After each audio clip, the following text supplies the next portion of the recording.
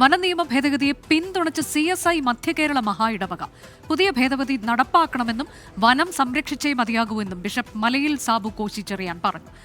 സംസ്ഥാന സർക്കാരിന് ഇത് സംബന്ധിച്ച് നിവേദനം നൽകുമെന്നും ബിഷപ്പ് 24-നോട് പറഞ്ഞു. CSI സഭ എന്നും കർഷകരോടൊപ്പം തന്നെയാണ്. മലയോര മേഖലയിൽ താമസിക്കുന്നവരുടെ അവകാശങ്ങൾ സംരക്ഷിക്കണമെന്നതിൽ യാതൊരു സംശയവുമില്ല. എന്നാൽ ഇന്ന് സംഭവിക്കുന്നത് അവരുടെ പേരിൽ വനം കയ്യേറി വയനാട്, മൂന്നാർ മേഖലകളിലേക്ക് പോകാമെങ്കിൽ കാണുന്നത് ഇൻറ്റീരിയർ വനങ്ങളിൽ പോലും ആളുകൾ പോയി റിസോർട്ടുകൾ പണിയുന്നു. സഭ അതിനെ എതിർക്കുന്നു. വ്യക്തിവിരോധം തീർക്കുവാൻ വേണ്ടി ആളുകളുടെ പേരിൽ കേസെടുക്കാനുള്ള ഒരു ചെറിയ ലൂപ്പ് ഹോൾ അതിൻ്റെ അകത്തുണ്ട്. അത് ഒഴിവാക്കി വനനിയമം അതേപടി പാലിക്കണമെന്ന് തന്നെയാണ്.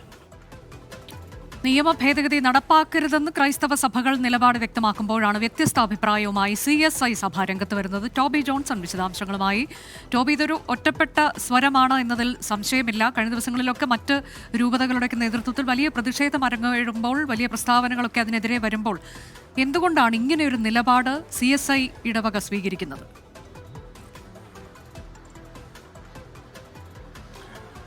അനുജ, തീർച്ചയായിട്ടും ക്രൈസ്തവ സഭകളെല്ലാം തന്നെ, പ്രത്യേകിച്ചും സിറോ മലബാർ സഭ, നമ്മൾ കഴിഞ്ഞ ദിവസം നമ്മളാണ് ആ വാർത്ത പുറത്തു കൊണ്ടുവന്നത്. ചങ്ങനാശ്ശേരി ആർച്ച് ബിഷപ്പിന്റെ പ്രതികരണം. അദ്ദേഹം പറഞ്ഞത് ഒരു തരത്തിലും ഇത് അംഗീകരിക്കാൻ സാധിക്കില്ല എന്നാണ് പറഞ്ഞത്. അങ്ങനെ ക്രൈസ്തവ സഭകൾ ശക്തമായിട്ടുള്ളൊരു നിലപാടുമായി മുന്നോട്ട് പോകുമ്പോഴാണ് അതിൽ നിന്നും ഒരു വ്യത്യസ്തമായ നിലപാടുമായി CSI സഭ രംഗത്ത് വരുന്നത്. അവർ മുന്നോട്ട് വെക്കുന്ന ചില കാര്യങ്ങളുണ്ട്.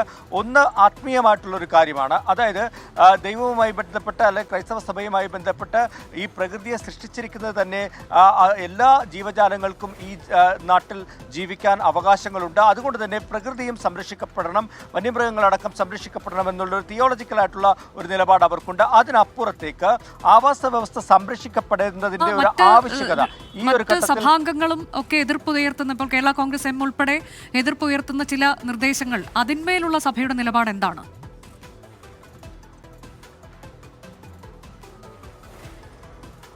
രാഷ്ട്രീയപരമായിട്ട് അവരിതിനെ കാണുന്നില്ല. അതിനപ്പുറത്തേക്ക് ഇതിൻ്റെ ഒരു പാരിസ്ഥിതിക പ്രശ്നം തന്നെ. അതായത് ഈ വനനിയമങ്ങൾ നിലവിലുണ്ടെങ്കിലും അതൊന്നും കർശനമായിട്ട് നടക്കുന്നില്ല.